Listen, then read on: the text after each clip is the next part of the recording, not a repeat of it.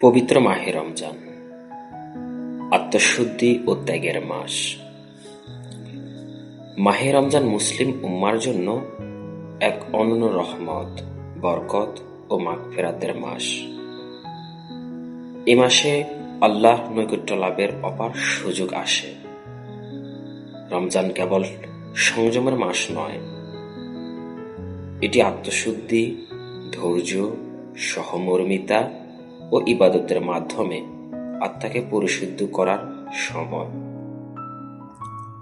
রমজানের সবচেয়ে বড় বৈশিষ্ট্য হল এ মাসে মহান আল্লাহ মানব জাতির জন্য পবিত্র কোরআন নাজিল করেছেন। তাই রমজান কেবল রোজা রাখার মধ্যে সীমাবদ্ধ নয়, এটি কোরআনের শিক্ষা গ্রহণের মাধ্যমে বেশি বেশি ইবাদত বন্দেগী করা